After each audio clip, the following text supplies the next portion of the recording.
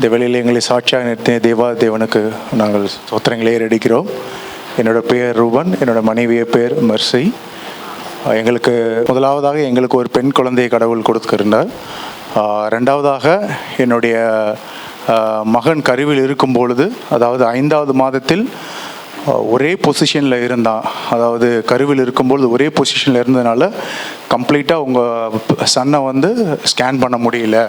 So அவனை scan பண்ண முடியல அப்படின்றதுனால ஒரு ஹோல் டே ஃபுல்லுமே பார்த்திங்கன்னா என்னோடய மனைவிக்கு தண்ணியை கொடுத்து வயிறு ஃபுல்லுமே நிரம்புனதுக்கப்புறமேட்டு ஸ்கேன் பண்ணி பார்த்தாங்க. ஒரு நாள் ஒரு ஹோல் டே அவன் கம்ப்ளீட்டாக திரும்பவே இல்லை. ஸோ அப்புறமே டாக்டர் சொன்னாங்க, ஒரு 2 வீக்ஸ் மட்டும் நம்ம டைம் கொடுத்துடலாம், ஏன்னா குழந்தை திரும்பாமல் இருந்திருந்தா அப்படின்னு ஆச்சுன்னா வளர்ச்சி பாதிக்கப்படும் அப்படின்னாங்க. ஸோ 2 வாரம் வரைக்கும் பார்க்கலாம், அப்படி இல்லைன்னா கண்டிப்பாக அபார்ட். ஸோ கண்டிப்பாக குழந்தைய நம்ம அபார்ட் பண்ணி ஆகணும் அப்படின்ட்டாங்க. ஸோ 2 வாரம் தானே இப்படி டைம் கொடுக்குறாங்களே அப்படின்னு சொல்லிட்டு ரொம்ப கஷ்டமாக இருந்தது. ஸோ அந்த டைமில் ஐயா கிட்ட தான் நாங்கள் ப்ரேயர் பண்ணியிருந்தோம். ஐயா சொன்னாங்க, கண்டிப்பாக நாங்கள் உங்கள் வீட்டுக்கு வரோம், வீட்டுக்கு கட்டுகளை முறியடிக்கிறதுக்காக 7 முறை நாங்கள் ஜெபிப்போம் அப்படின்ற மாதிரி சொல்லியிருந்தாங்க. அந்த டைமில் 2024ஆம் ஆண்டில் பட்டு போன விருட்சத்தை தலைக்க பண்ணினார் என்ற வார்த்தையை சொல்லி 7 முறை கட்டுகளை முறியடித்து ஜெபம் பண்ணாங்க. அது ஜெபம் பண்ணி முடித்ததுக்கப்புறமேட்டு நீங்கள் எங்கே போய் வேணாலும் ஸ்கேன் எடுங்க, அதெல்லாம் எல்லாம் நார்மலாக இருக்கும், எதுவுமே பயப்பட வேணாம் அப்படின்னாங்க. எங்களுக்கு ரொம்ப ஆச்சரியமாக இருந்தது, என்னடா அது மறுபடியும் போய் ஸ்கேன் எடுக்க சொல்கிறாங்க அப்படின்னு சொல்லிட்டு. ஸோ அதே மாதிரி எடுத்தோம், ரொம்ப நார்மலாக இருந்தது, எந்தவித பிரச்சனையும் இல்லை.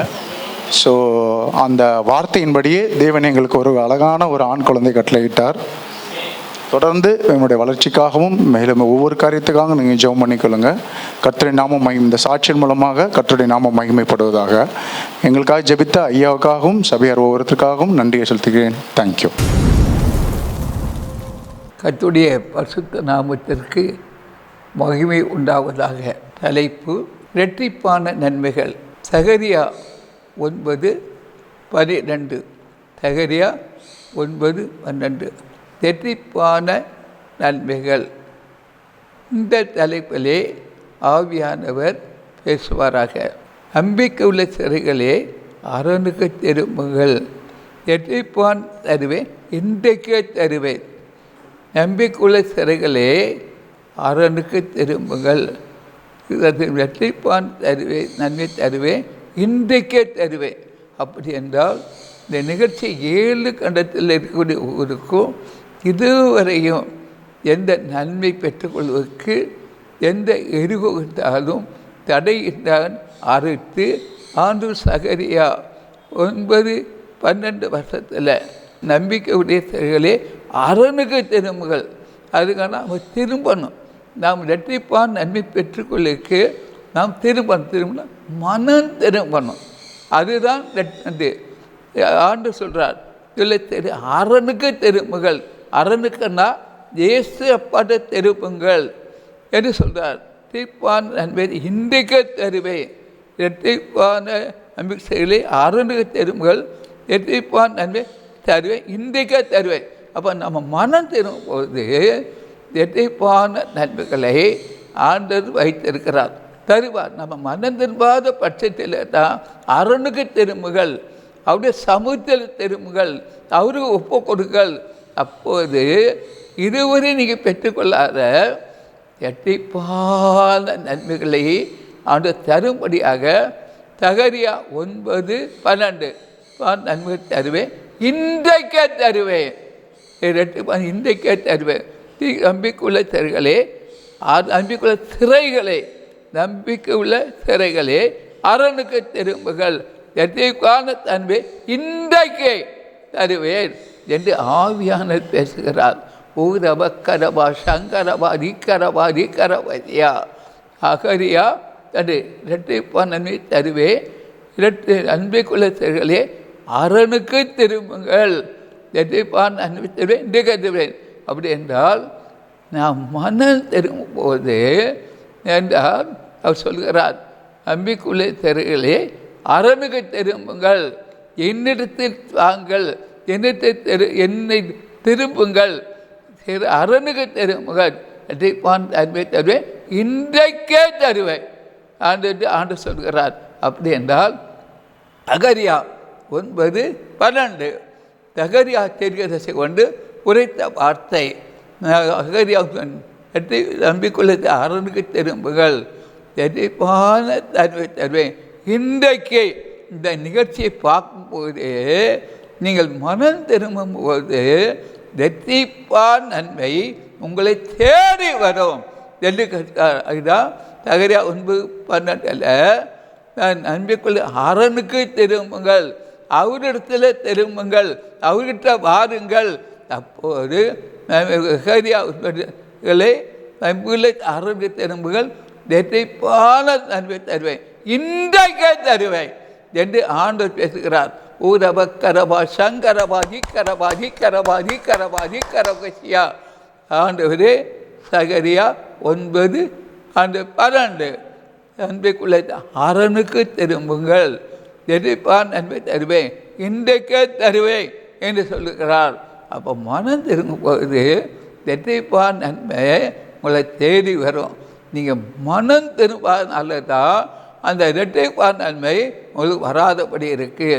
அதால் இன்று இந்த நிகழ்ச்சியை பார்க்கும்போது நீங்கள் இரட்டைப்பான நன்மை பெற்றுக்கொள்வதற்கு இதுவரை நீ மனம் திரும்பாமல் இருந்தால் மனம் திரும்புங்கள். அதுதான் சகரியா 9:12 நன்மைக்குள்ள தருகளே அரணுக்கு திரும்புங்கள், இரட்டைப்பான இன்றைக்கே தருவேன் என்று ஆண்டு சொல்கிறார். இதுவரையும் நீங்கள் இரட்டைப்பான நன்மை பெற்றுக்கொள்ளாதபடி இருந்தால் நீங்கள் மனதின் பட்சத்தில் ஆண்டவர் நம்பிக்குள்ள தெரு அரணுக்கு திரும்புங்கள், இரட்டைப்பான நன்மை இன்றைக்கே தருவேன் என்று ஆண்டவர் பேசுகிறார். ஆண்டவர் சொன்னால் சொன்னது தான், அது ஒன்றும் மாறாது என்று. வானம் பூமி அழிந்து போனாலும் அவருடைய வார்த்தையில் ஒரு எழுத்தோ உறுப்போ மாறாது. அப்படி என்றால் சகரியா 9:12 இரட்டைப்பான நன்மைகளை தருவேன், நன்மைக்குள்ள அரணுக்கு திரும்புங்கள், இரட்டைப்பான நன்மை தருவேன், இன்றைக்கே தருவேன் என்று ஆண்டவர் சொல்கிறார். அடுத்த வருஷத்தில் பார்க்கும்போது ஆதியாகமத்தில் 25வது அதிகாரம் 21 24 வரை பார்க்கும்போது மலடியாக இருந்த தன் மனைவிக்காக ஈசாக்கு கர்த்தர் நோக்கி வேண்டல் செய்தார். மலடியாக இருந்த தன் மனைவிக்காக ஈசாக்கு கர்த்தர் நோக்கி வேண்டல் செய்தார். கர்த்தர் அவன் வேண்டலை கேட்டளினார். அவன் மனைவி ரெபெக்காள் கர்ப்பதைத்தார். மலடியாக இருந்த ரெபெக்காளுக்காக ஈசாக்கு வேண்டல் செய்தான், வேண்டாம் செபம் பண்ணான். மலடியாக இருந்த ரெபெக்காளுக்காக ஈசாக்கு வேண்டல் செய்தான், ஜெபம் பண்ணான். ஜெபம் பண்ணும்போது அடுத்தது மலடியாக இருந்த மனைவிக்காக ஈசா கர்த்தரை நோக்கி வேண்டல் செய்தான். கர்த்தர் அவன் வேண்டலை கேட்டளினார். அவன் மனைவி ரெபெக்காள் அவன் மலடியாக இருந்த ரெபெக்காளுக்காக ஈசாக்கு செபித்தான். அவன் வேண்டலை கேட்டு கர்த்தர் கர்ப்பத்தை திறந்தார் என்று வேதம் சொல்கிறது. என்றால் ஆதியாகமம் 25வது அதிகாரம் 21 24 வசனம் வரையிலும் பார்க்கும்போது அவள் கர்ப்பத்திலே பிள்ளைகள் ஒன்றோடு ஒன்று கொண்டிருந்தன. அப்போது அவள் இப்படி ஆனால் எனக்கு எப்படியோ என்று சொல்லி கர்த்தத்தில் சார்க்க போனால் 2 பிள்ளைகள் ஒன்று கொண்டு மோதிக்கிட்டு இருந்தது. ரெபெக்காள் கர்ப்பத்தில் யார்கிட்ட விசாரிக்க போனால் ஏசப்பட்ட கர்த்தத்தில் விசாரிக்க போனால். கர்த்தர் இன்னைக்கு எது செய்தாலும் கர்த்தரிடத்தில் விசாரிக்காத கொடே மனித விசாரிக்க போகிறாங்க, மனுஷிட ஆலோசிக்க போகிறாங்க. அது பிரயோஜனமற்றது. ஆனால் ரெபெக்காள் என்ன செய்தால் என்ற ஒரு 2 பிள்ளை ஒன்று மோதி கொண்டு இருந்த கற்பத்தில் அவள் கர்த்தரையே சப்து விசாரிக்க போனாள். விசாரிக்க போன போது அதற்கு கர்த்தர் 2 ஜாதிகள் உன் கற்பத்தில் உண்டாயிருக்கிறது, 2 வித ஜனங்கள் உன் வயிற்றிலிருந்து பிரியும், அவர்களில் ஒரு ஜனத்தார் மற்ற ஜனத்தாரை பார்க்கலும் பலத்திருப்பகல், மூத்தவன் இளைவனை செய்ப்பான்றார். யார் கர்த்தரிடத்தில் விசாரிப்பார். கற்பத்தில் பிள்ளைகள் ஒன்றோடு ஒன்று மோதி கொண்டிருந்தன. அப்போ அவள் இப்படி ஆனால் எனக்கு எப்படியோ என்று சொல்லி கத்தெடுத்து விசாரிக்க போனாள். கத்தெடுத்தில் விசாரிக்க போனால் கத்தெடுத்து விசாரிக்கும் போது அவளுக்கு பதில் கிடைக்கிறது.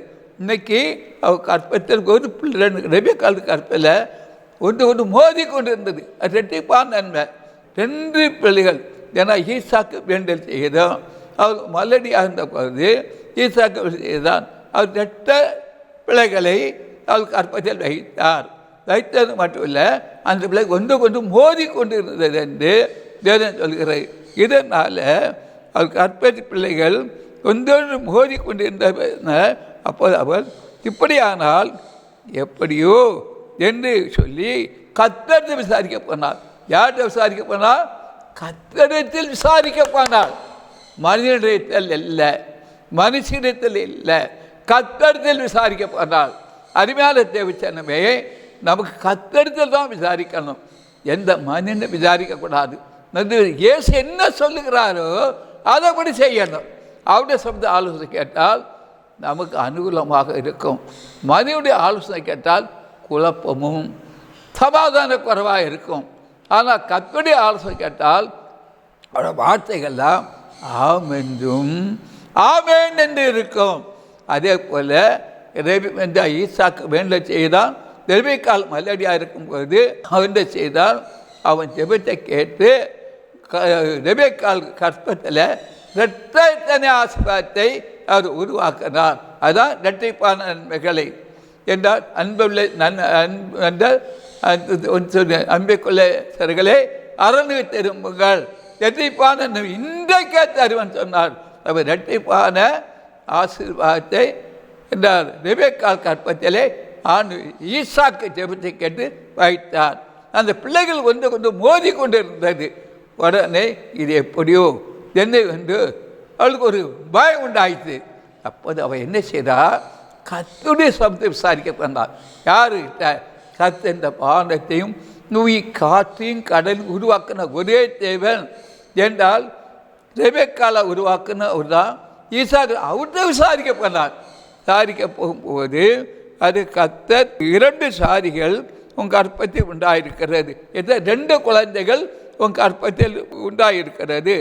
2 வித ஜனங்கள் உன் வயிற்றிலிருந்து பிரியும். அவர்களில் ஒரு ஜனத்தார் மற்ற ஜனத்தை பார்க்கிலும் பலத்திருப்பார்கள். மூத்தவன் இளைவனை சேவிப்பான் என்றார்.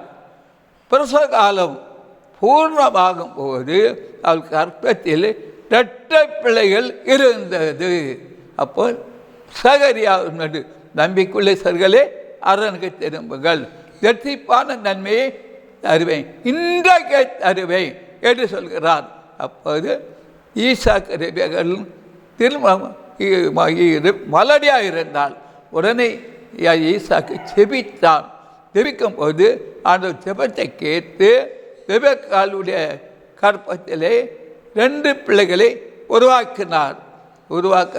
அது ஒரு பிள்ளைக்குள்ள கற்பப்பையிலிருந்து மோதிக்கொண்டு இருந்தது. அதனால் ரெபெக்காளுக்கு ஒரு சின்ன கலக்கம் ஏற்பட்டது. அப்போ கலக்கம் ஏற்பட்ட உடனே மனிதனிடம் விசாரிக்க போகலை, மனுஷனிடம் விசாரிக்கல, ஏசப்பாட விசாரிக்க போனாள். ஏசுக்கு போகும்போது அங்கே ஆண்டு சொல்கிறார், ஏசப்பாட விசாரிக்க போனாள். கர்த்தர் 2 ஜாதிகள் உன் கற்பத்தில் உண்டாய், 2 ஜாதிகள் அது ரெட்டிப்பான நன்மை தரு சொன்னார உண்டாயிருக்கிறது. 2 வித ஜனங்கள் உன் வயிற்றிலிருந்து பிரியும். அவர்கள் ஒரு ஜனத்தார் மற்ற ஜனத்தை பார்க்கலும் பலத்திருப்பார்கள். மூத்தவன் இளைவனை செய்ப்பான் என்றார். பிரசவ காலம் பூர்ணமான போது அவள் கற்பதி 2 பிள்ளைகள் இருந்தது. சகரியா அன்பை தருவேன், இன்றைக்கே தருவேன். அப்போது ஈசாக்கு ரெபெக்காள் மலடியாக இருந்த போது அவன் ஜெபம் பண்ணான். ஈசாக்கு ஆண்டு கற்பத்தில் 2 பிள்ளைகள் வைத்தார். ரெபெக்காள் அப்போ அந்த பிள்ளைகள் கொண்டு மோதி கொண்டு இருந்தது. அவளுக்கு ஒரு கலக்கம், பயம் ஏற்பட்டது. அவள் யார்கிட்ட விசாரிக்க போனால்? ஏசப்பாட விசாரிக்க போனாள். விசாரிக்க போகும்போது ஆண்டு அங்கே பேசுகிறார். அது கர்த்தர் 2 ஜாதிகள் உன் கற்பத்தில் உண்டாயிருக்கிறது.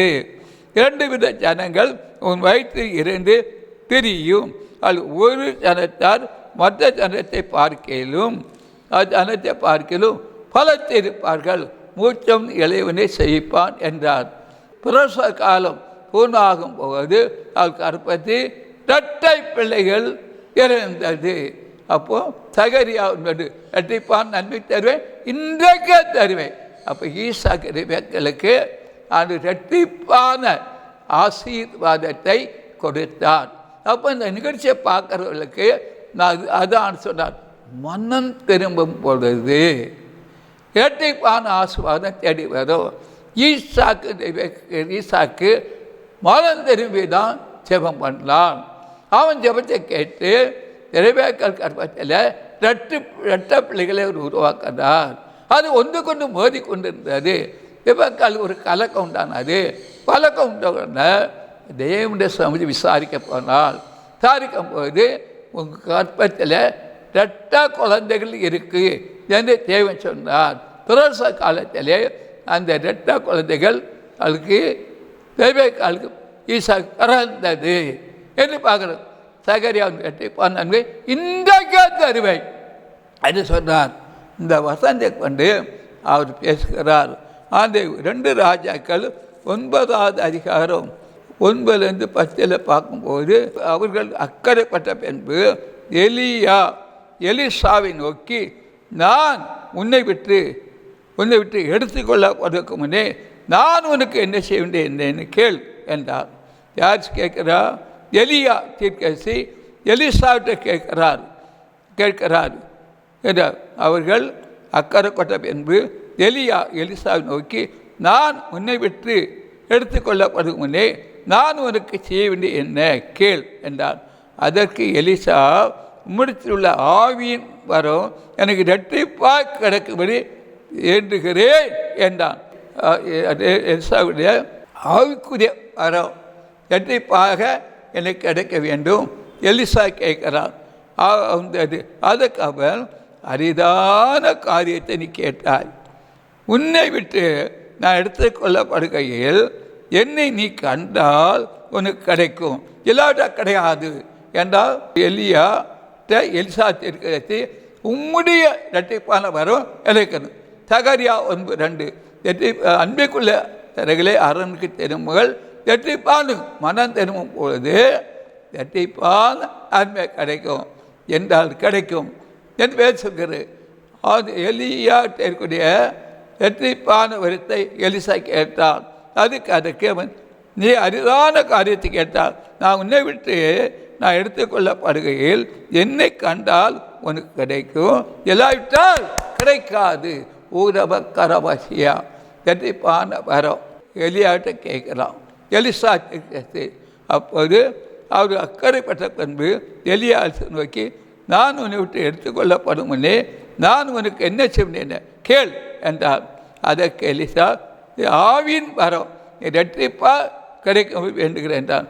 அதுக்கு அவன், அரிதான காரியத்தை கேட்டார், விட்டு நான் எடுத்துக்கொள்ளப்படுகையிலே என்னை நீ கண்டால் உனக்கு கிடைக்கும், இல்லாவிட்டால் கிடைக்காது என்று சொல்லுகிறார். இரட்டிப்பான வரம். சகரியா 9 நம்பிக்கையுள்ள சிறுகளை அரணுக்கு திரும்புங்கள், இரட்டிப்பான நன்மை இன்றைக்கு தருவேன். அப்போது எலிசா, உம்மிடத்தில் உள்ள இரட்டிப்பான வரத்தை நீ தர வேண்டும் கேட்குறோம். நான் எடுத்துக்கொள்ளும் போது நீ கண்டால் அது கிடைக்கும். அப்போ இன்றைக்கி நிறைய பேர் தேவனை காணாதபடி தான் இருக்கிறாங்க. நிறைய 7 கிழமை காணாமல் இருக்கிறாங்க. கண்டால் நிச்சயமாக கிடைக்கும். அவரை பார்க்கணும், அவரை தேடணும், அவரோட வாசம் செய்யணும். அப்போ இரட்டிப்பான வரும் கிடைக்கும். மைட்டி சீசத் மைட்டி லார்ட், இதான் ஆண்டவரோட வார்த்தை. இங்கே கர்த்தாவே ஏசியா 61:7 உங்கள் வெட்கத்துக்கு பதிலாக இரட்டத்தனையாய் பலன் வரும், இலட்சிக்கு பதிலாக தங்கள் பாகத்தில் சந்தோஷப்படுவார்கள், அதுமித்தம் தங்கள் தேசத்தில் இரட்டிப்பான சுதந்திரம் அடைவார்கள், நித்திய மகிழ்ச்சி உண்டாயிருக்கும். ஏசியா 61:7 உங்கள் வெட்கத்துக்கு பதிலாக இரட்டத்தனையாய் பலன் வரும், இலட்சிக்கு பதிலாக தங்கள் பாவத்தில் சந்தோஷப்படுவார்கள், அது நிமித்தம் தங்கள் தேசத்தில் இரட்டிப்பான சுதந்திரம் அடைவார்கள். நித்திய மகிழ்ச்சி, இரட்டிப்பான சுதந்திரம் கிடைக்கும்.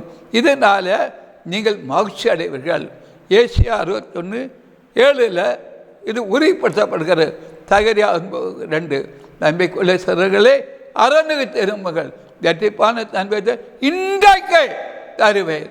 அதுதான் ஏசியா 61:7 உங்கள் வெட்கத்துக்கு பதிலாக இரத்த தரையாய் பலன் வரும், இலச்சைக்கு பதிலாக தங்கள் பாகத்தில் சந்தோஷப்படுவார்கள்.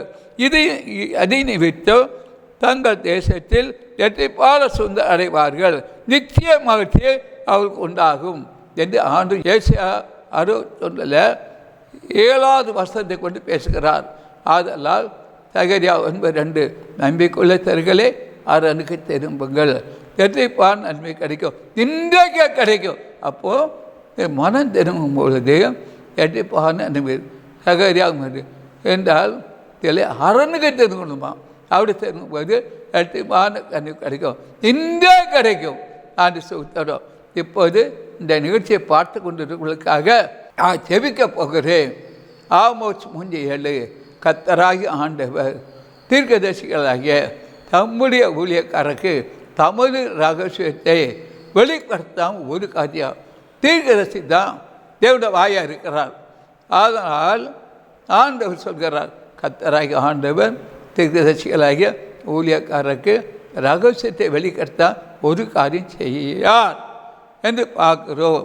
அந்த நீர் கர்த்தாவின் ஒரு ஆண்டு வார்த்தையை பேசும், ஏசியா பேசும்.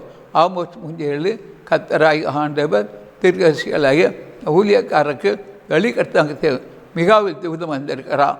ஒவ்வொருக்கும் அற்புதம் செய்ய வந்திருக்கிறான். ஒவ்வொருக்கும் அற்புதம் செய்வான். நிகழ்ச்சியை பார்க்குறவர்களுக்கும் அற்புதம் செய்ய வந்திருக்கிறான். அற்புதம் செய்வான். பழிக்கு பழி வாங்க சொன்னவள் பழிக்கு பழி வாங்கப்பட்டாள். ஒரு சகோதரியுடைய வாழ்க்கையில் பல கஷ்டங்கள் வருகிறது. காரணமாக செய்த தப்பு. ஒரு வீட்டை கட்ட வேண்டுமானால் கர்த்தர் வீட்டை கட்ட வேண்டும். மனிதன் எந்த வீட்டையும் கட்ட முடியாது, கட்டுவதும் இல்லை. ஒரு வெள்ளிக்கிழமை உலகத்தில் ஒரு சம்பவம் நடக்கும். இதை 7 கண்ட மக்களும் பார்ப்பார்கள். ஒரு சகோதரி செய்த சூழ்ச்சி அவளுக்கு அழிவை கொண்டு வந்தது. மிகாவுக்கு சொல்கிறாள், பழிக்கு பழி வாங்க சொன்னால் அவள் பழிக்கு பழி வாங்கப்பட்டாள். ஒரு விருது இவருக்கு வருமா வராதான்னு நினைக்கிறாள். நிச்சயமாக வரும். வந்துவிட்டது. 4 மாதத்துக்குள்ள அந்த விருது இவருக்கு வரும் என்று கர்த்தர் சொல்கிறார். ஞானத்தை கேட்க வேண்டும், அறிவு ஞானத்தை சம்பாதிக்க வேண்டும், அறிவை சம்பாதிக்கணும், புத்தியை சம்பாதிக்க வேண்டும். இப்படி யார் செபிக்கிறார்களோ ஞானத்தை தருவார், அறிவை தருவார், புத்தியை தருவார்.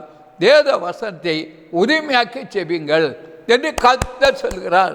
பாவம் செய்கிறவர்களுக்கெல்லாம் மனம் திரும்பணும். உலகம் முழுவதும் பாவத்தில் இருக்கிறார்கள். பாவம் செய்கிறவர்களெல்லாம் மனம் திரும்ப வேண்டும் என்று கர்த்தர் சொல்கிறார். ஒரு ஆவி உலகத்தை இப்போ இருக்குது. ஒரு ஆவி உலகத்தை இருக்குது. அது போகுமா போகாதா? கொஞ்ச நாட்குள்ள அந்த ஆவி போயிடும், அது இருக்காது என்று கர்த்தர் சொல்கிறார். பழைய பேப்பரை கழித்து போட்டுட்டு நான் புதிய பேப்பரை ஒட்டி இருக்கிறேன். பழைய பேப்பரை கழித்து போட்டுட்டு புதிய பேப்பரை ஒட்டிட்டேன். எந்த இடத்துக்கு போனாலும் இயேசுவை தேடுங்கள், இயேசுவை நம்புங்கள், அவரை ஏற்றுக்கொள்ளுங்கள், அவருடைய சித்தத்தை செய்யுங்கள், அற்புதம் நடக்கும். ஏதோ நான் புதிய காரியத்தை செய்கிறேன், இப்போதே போதும்.